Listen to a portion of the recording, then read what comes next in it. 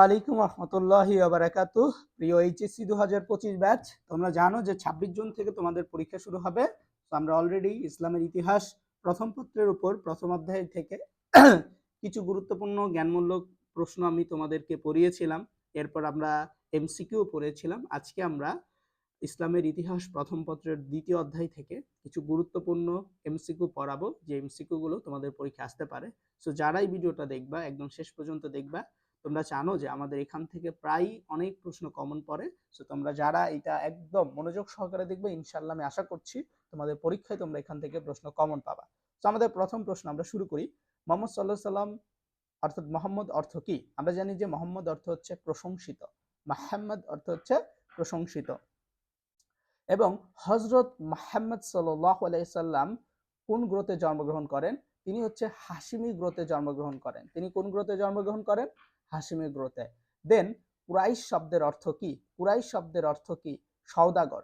অর্থাৎ কুরাইশ মানে হচ্ছে বাণিজ্য করতো যারা, তাদেরকে বলা হচ্ছে সওদাগর। ঠিক আছে। দেন আমরা 4 নম্বর প্রশ্নটা একটু খেয়াল করি।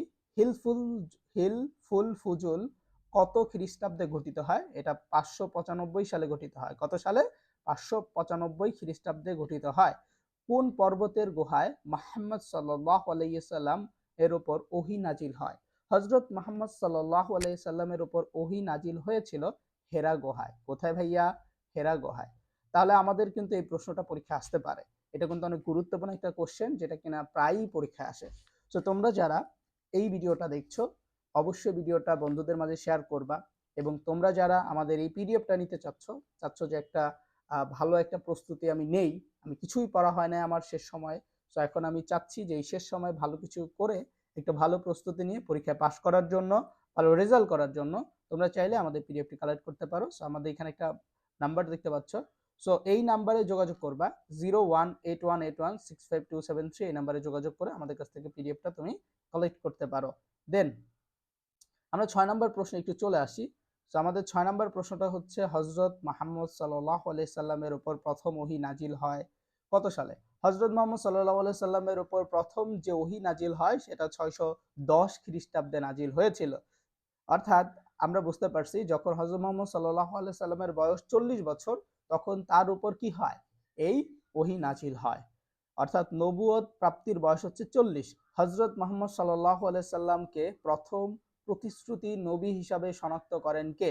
বহিরা পাদ্রী। বহিরা পাদ্রী হচ্ছে হযরত মুহাম্মদ সাল্লাল্লাহু আলাইহি সাল্লামকে প্রথম নবী হিসাবে কি করেন? শনাক্ত করেন। তাহিরা বা পবিত্র কার উপাধি ছিল? হযরত মুহাম্মদ সাল্লাল্লাহু আলাইহি সাল্লাম তার বিবি খাদিজা রাদিয়াল্লাহু তাআলা আনহাকে তাহিরা বলে রাখতেন। অর্থাৎ তিনি হযরত খাদিজা রাদিয়াল্লাহু তাআলা আনহার নাম দিয়েছিলেন তাহেরা, বা তাকে ভালোবেসে তার নাম রেখেছিলেন তাহেরা, এবং তাকে তাহেরা বলেই ডাকতেন। আমরা 9 নম্বর প্রশ্ন একটু খেয়াল করি। মুসলমানদের আবিসিনিয়ায় হিজরতের সময়ে সেখানকার রাজা কে ছিলেন? আমরা জানি যে যখন হযরত মুহাম্মদ সাল্লাল্লাহু আলাইহি সাল্লামের উপর নবুয়ত প্রাপ্তি হয়, অর্থাৎ হযরত মুহাম্মদ সাল্লাল্লাহু আলাইহি সাল্লাম যখন নবী হিসাবে দুনিয়ার বুকে প্রেরিত হয়েছিলেন, তখন তিনি প্রথম যেখানে গিয়েছিলেন সেটার নাম হচ্ছে যে আবিসিনিয়ায় হিজরত করতে গিয়েছিলেন। সেই আবিসিনিয়ায় তখনকার সময় যে রাজা ছিলেন তার নাম ছিল নাজ্জাসী। তার নাম কি ছিল? নাজাসী ছিল। এই নাজাসী হচ্ছে তাদেরকে ওইখান থেকে কি করেছিল? বের করে দিয়েছিল। এরপর 10 নম্বর প্রশ্ন, মুসলমানরা প্রথম হিজরত করেন কোথায়? হযরত মুহাম্মদ সাল্লাল্লাহু আলাইহি সাল্লাম অর্থাৎ মুসলমানরা প্রথম আবিসিনিয়ায় হচ্ছে হিজরত করেন, যেখানে কিনা আমাদের প্রিয় নবী হযরত মুহাম্মদ সাল্লাল্লাহু আলাইহি সাল্লামের ওইখান থেকে বের করে দেওয়া হয়েছিল, এবং ওখানকার যে ছেলেপেলেরা ছিল তারা হচ্ছে হযরত মুহাম্মদ সাল্লাল্লাহু আলাইহি সাল্লামের শরীরে ইট পাটকেল নিক্ষেপ করেছিল, এবং তার পা মোবারক রক্তে জর্জরিত হয়েছিল, আমরা যেটা জানি। সো আমরা সবাই এই 10টা প্রশ্ন আজকে পড়লাম। ইনশাআল্লাহ আমরা পরবর্তীতে বাকিগুলো পড়বো। সো আমাদের এই সাজেশন শিটটা যদি তুমি দেখো, এখানে প্রত্যেকটা প্রশ্ন যেগুলো গুরুত্বপূর্ণ সেগুলো দেওয়া আছে এবং উত্তরও দেওয়া আছে। সো তোমরা যারা চাচ্ছ ভালো প্রস্তুতি গ্রহণ করার জন্য, ভালো কিছু করার জন্য, তোমরা চাইলেই পিডিএফটি কালেক্ট করতে পারো। আমাদের এই ভিডিও ডিসক্রিপশনেও তোমরা দেখতে পাবা যে একটা লিঙ্ক আছে, ওই লিঙ্কের মাধ্যমে তোমরা যে মোবাইল নাম্বার আছে সেই মোবাইল নাম্বার হোয়াটসঅ্যাপে যোগাযোগ করে তোমরা পিডিএফটি কালেক্ট করতে পারবা। সো তো যারা পিডিএফটি নিতে চাচ্ছ যোগাযোগ করবে, আমাদের এখানে কিন্তু সৃজনশীল আছে, এমসিকিউ আছে, সবই আছে, ঠিক আছে। সো সবাই ভালো থাকো, সুস্থ থাকো, দেখা হবে আমাদের পরবর্তী ভিডিও, যেখানে তোমাদের